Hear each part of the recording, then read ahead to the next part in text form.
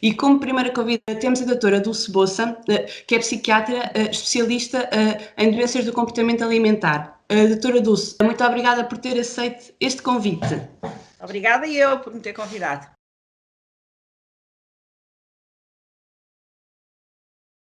Então eu começaria por dizer o que não são. Ok. Porque o mais habitual é caracterizar-se estas doenças por circunstâncias ou características que não são as que definem a doença. As doenças de comportamento alimentar não são manias de dieta, não são procura de magreza, não são procura de um ideal de magreza para se adequar à cultura e àquilo que a sociedade espera, não são uma resposta de contradição ou de agressão em relação à família. Pelo contrário, as doenças do comportamento alimentar são, agora falo particularmente da anorexia e da bulimia, porque também podemos falar da obesidade. Mas na anorexia e na bulimia são doenças em que o que se procura é uma identidade própria que garanta um autoconceito e uma autoimagem seguras, que sejam aceites pelo contexto em que a pessoa vive. E, portanto, isto parte de pessoas que estão inseguras em relação à sua autoimagem, ao seu autoconceito e ao seu valor, e, portanto, captam uma mensagem que circula muito na sociedade, que é a mensagem do ser magro e controlar o corpo, e agarram esta mensagem como se fosse uma mensagem universal e que garante um sucesso pessoal e um bem-estar. Como se mesmo esta mensagem cultural não tivesse que se adaptar a cada pessoa de acordo com a sua própria circunstância, a sua personalidade, o modo como vive, a família de origem, etc. Portanto, estas pessoas agarram esta mensagem e iniciam um comportamento que leva a uma doença de comportamento alimentar.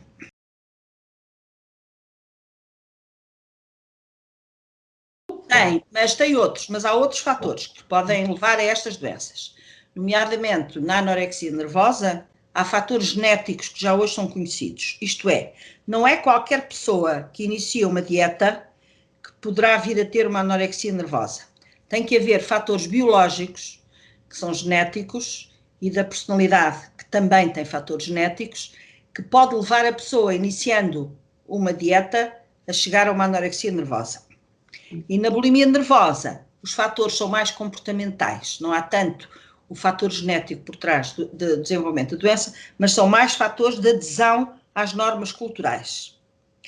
As personalidades são também diferentes e, portanto, a mensagem do ser magro cai em personalidades diferentes.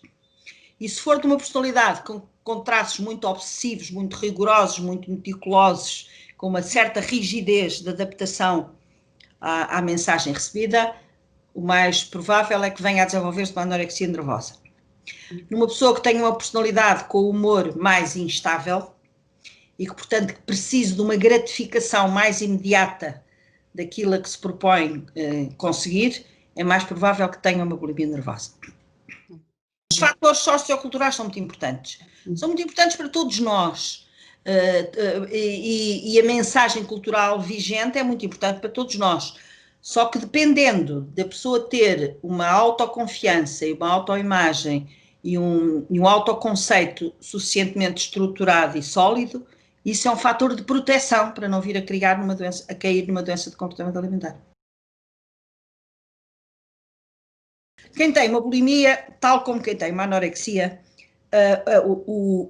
o trigger para chegar à doença, quando a pessoa não pensa que vai ter uma doença, claro, é controlar o corpo, ter o corpo controlado. Sendo que o corpo não é apenas a questão física. O corpo é tudo o que ele envolve dentro do exterior, que é físico. E, portanto, dentro do corpo existem desejos, sonhos, ambições, emoções, afetos. E, portanto, na bulimia nervosa, a pessoa também tenta encontrar um controle para a sua vida através do controle do corpo.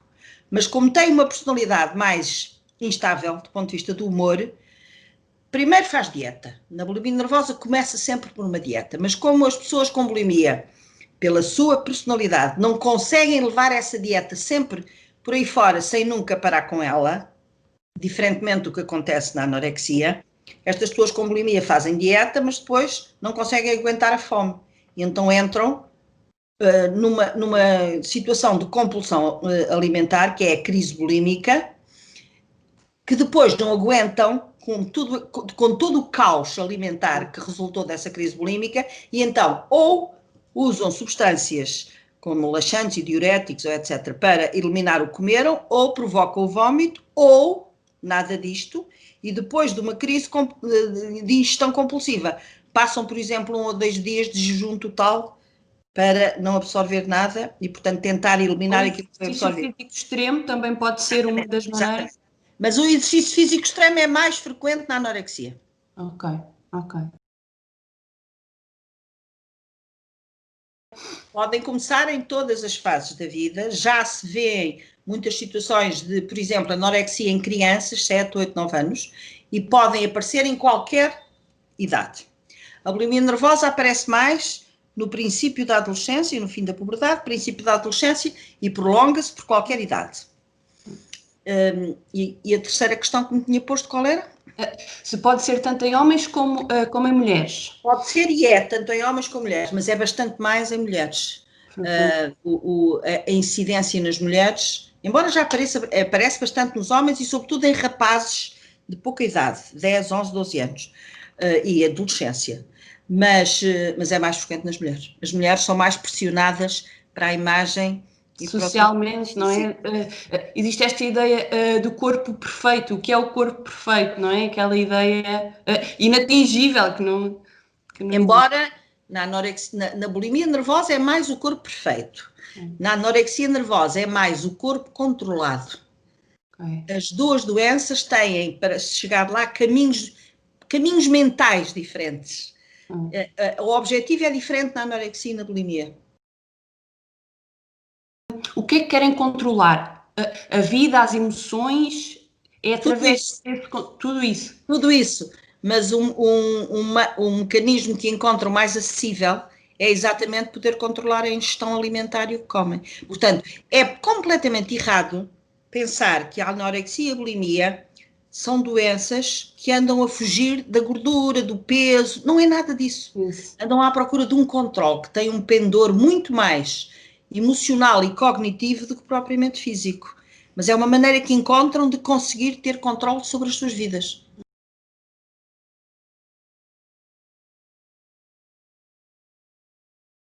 Eu devo dizer que o ciclo da compulsão alimentar ou da crise bulímica começa sempre a seguir a ter havido um ciclo de restrição e de dieta muito apertada e muito rigorosa.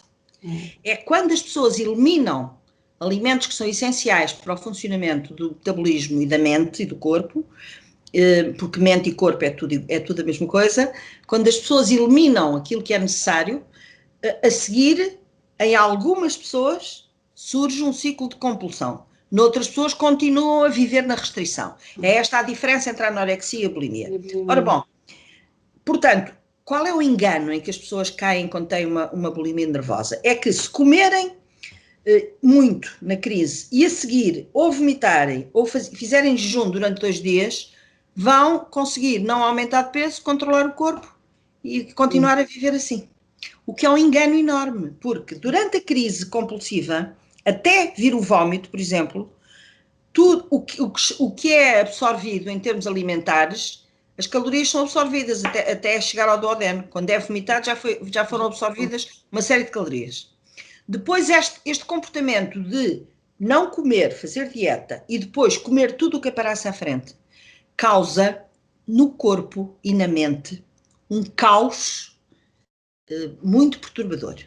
No corpo, no funcionamento dos órgãos, o caos metabólico é muito perturbador. E daí poderem surgir consequências graves do ponto de vista físico. E do ponto de vista mental, é um caos emocional e de pensamento e de afeto terrível, que deixa a pessoa perdida. Portanto, como é que se pode controlar isto? Em primeiro lugar, e já respondendo à sua pergunta, eu acho que é difícil uma pessoa conseguir controlar-se por si própria. Sozinha, não é? Embora seja a grande ilusão e o grande desejo de qualquer pessoa que tem uma doença destas. Eu consigo por mim própria. é muito difícil conseguir. Portanto, eu acho que é preciso procurar alguém da linha da saúde mental, porque isto tem a ver com os pensamentos, com as emoções, com os objetivos, com o autoconceito, etc. Portanto, um psiquiatra especializado em doenças de comportamento alimentar. Tem que ser uma pessoa especializada nisto, porque senão não entende muito bem qual é. É preciso ter visto muitas doentes e ter acompanhado muitas pessoas com isto para se perceber o que é esta doença. Porque senão é difícil perceber, mesmo para quem está a tratar. E depois, encontrando um técnico de saúde que possa orientá-lo do ponto de vista alimentar, do ponto de vista do pensamento, do ponto de vista das emoções, etc., a primeira coisa que é preciso é acabar com as manobras para eliminar aquilo que se comeu. Sem acabar com essas manobras não há tratamento para a bulimia nervosa. Acabar com o jejum, acabar com o vómito, acabar com os laxantes e diuréticos, isto é o primeiro objetivo, porque enquanto continuar com esses comportamentos, continua a abrir ao corpo e à mente a possibilidade de voltar a ter crises bulímicas.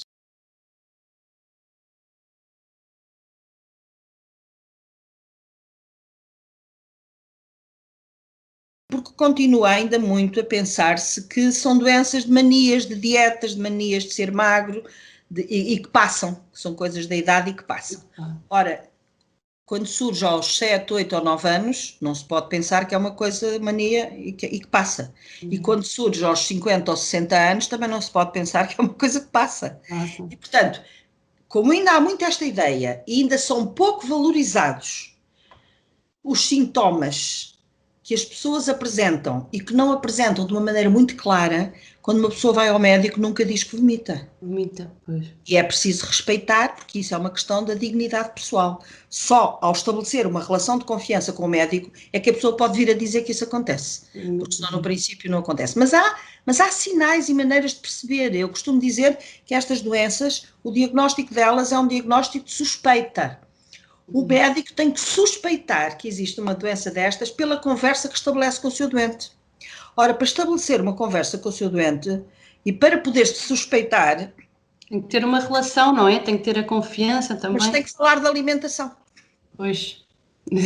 Comida, de estilo alimentar, de hábito alimentar, da relação com o corpo, só aí é que pode suspeitar. Se existe um mal que, como disse muito bem, é escondido, é vivido em silêncio e que causa um enorme sofrimento a quem tem estas doenças. Porque se não for perguntado, a pessoa que sofre, por sua iniciativa, vai ser muito difícil começar a falar sobre isso, não é? E este sofrimento não é só para o doente, é um enorme, mas enorme sofrimento para os pais.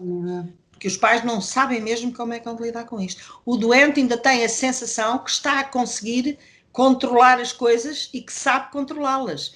Aliás, os doentes dizem muitas vezes, uma doente com anorexia que já esteja muito magra, diz sempre, não, eu como. E eu respondo, claro que como, se não tinha morrido. Sim. Mas como dizer, eu controlo aquilo que faço e controlo o que como. E as bulímicas a mesma coisa, portanto têm uma ilusão durante um tempo que conseguem, os pais assistem a um comportamento alimentar que ficam completamente impotentes e assustados com o que é que iam dizer, mas se tentarem intervir, têm uma resposta muito agressiva, muito rejeitante da parte dos filhos. Sim. Porque os filhos e as pessoas que sofrem querem afastar-se, não é? Não querem que ninguém perceba a doença que têm. Exatamente. E só que se sentem muito mal é que na bulimia nervosa aparecem mais, porque a sensação de descontrole é terrível. E na bulimia nervosa um paciente tem a ideia de total descontrole sobre o seu corpo, sobre a alimentação, sobre as suas emoções, etc. As doentes com anorexia nervosa têm uma falsa ideia, mas que se prolonga durante muito tempo, de que têm em controle a sua mente, os seus sentimentos, as suas emoções, e portanto é mais difícil procurarem ajuda. Mas quando estão muito aflitas ou começam a ter sintomas mais graves ou ter falhas no funcionamento mental, na atenção, na concentração, nos estudos, etc., aí, por vezes, ao fim de 1 ano ou 2 anos ou 3 anos de doença. É que se percebe. As aparecem. Neste caos metabólico do comer muito e depois eliminar, e comer muito e eliminar, o próprio corpo tem um mecanismo de retenção de líquidos.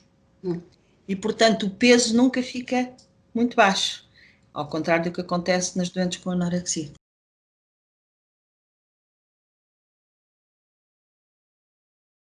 Pode ser um só, que é um psiquiatra.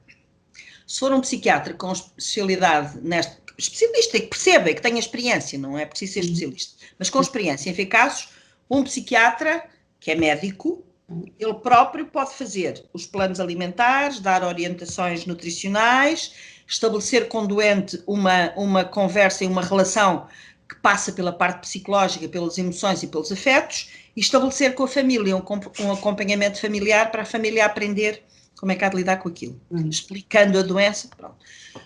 Portanto, um psiquiatra é fundamental. A seguir a um psiquiatra pode ser introduzido um psicólogo para trabalhar os aspectos emocionais e afetivos, mas não é logo no início, porque no início, enquanto as pessoas estão a fazer graves erros alimentares, têm o cérebro tão focalizado para aquela questão da alimentação que nem conseguem acompanhar o que é preciso para uma elaboração mental dos seus problemas e das suas emoções.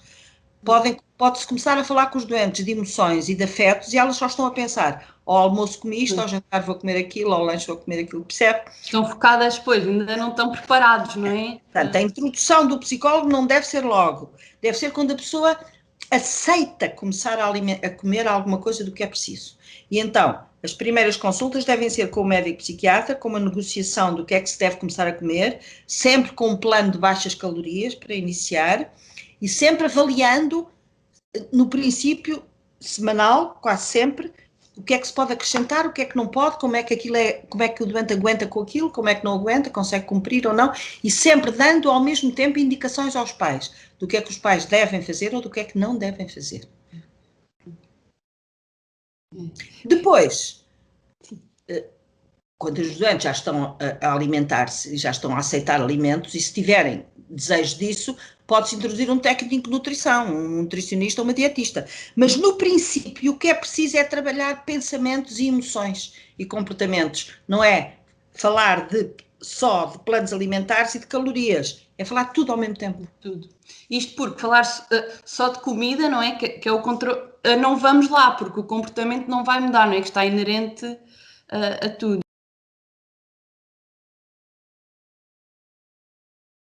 Primeiro lugar, e muito importante, estas doenças têm cura. Isto é muito importante. E a cura depende, como em todas as doenças, de se ter detectado o problema não com muito tempo de evolução, isto é como em todas as doenças, de se ter iniciado um tratamento correto, de se ter conseguido uma adesão do paciente e da sua família ao tratamento, porque o tratamento destas doenças implica grandes mudanças também no modo como a família lida com a alimentação, portanto tem que de se seguir um tempo suficiente, que não é um tempo muito longo, mas é razoavelmente longo, digamos que são uns meses ou um ano, para se desbloquear todo este comportamento.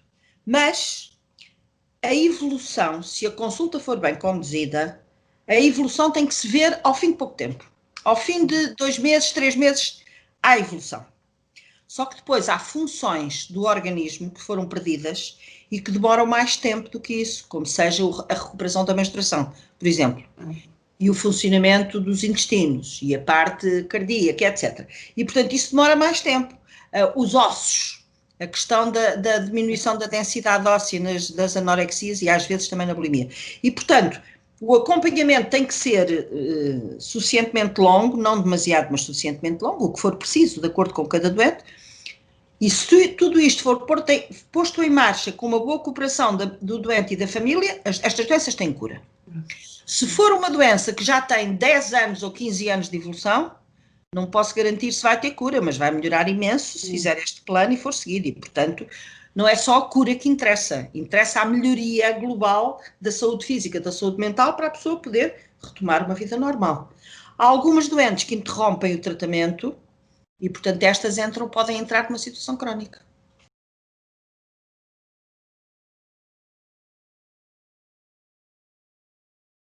Claro, porque o ato alimentar é um ato familiar, não é um ato que se processa no consultório ou no hospital ou no gabinete de consulta, não é? É a família que tem um papel muito importante no ato alimentar. Mas a família é preciso ser ajudada a compreender que a evolução destas situações tem que ser lenta, não pode ser sob pressão. não pode haver zangas, não pode haver discussões, não pode haver guerras, muitas vezes há.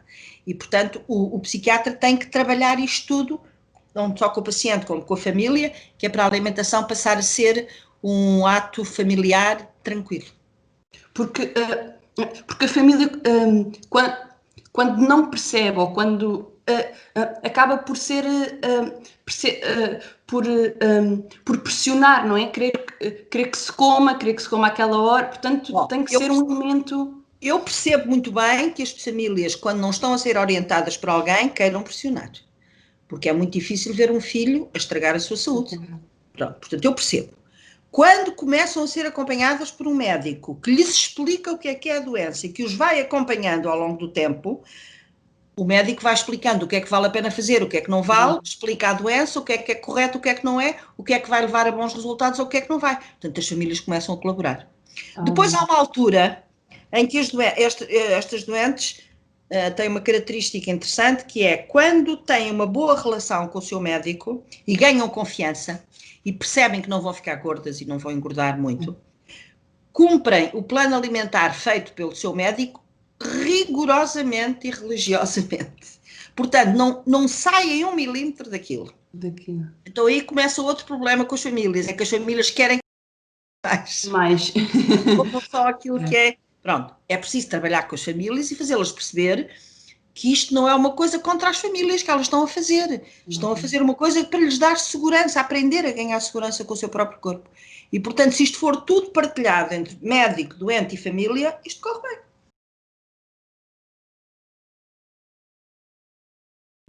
Muito bem. Alguns locais no Serviço Nacional de Saúde têm consultas específicas de doenças de comportamento alimentar.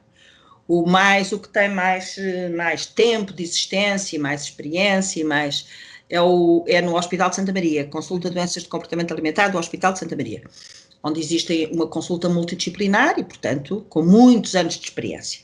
Depois, nos outros hospitais, pode não haver exatamente uma consulta própria chamada consulta de doenças de comportamento alimentar, mas existem alguns psiquiatras que já por gosto próprio fizeram formação e treino, etc. Portanto, basta procurarem sempre dentro da psiquiatria, porque isto passa-se sempre dentro da psiquiatria, algum médico com experiência em doenças de comportamento alimentar. E isso tanto existe nos hospitais públicos como privados.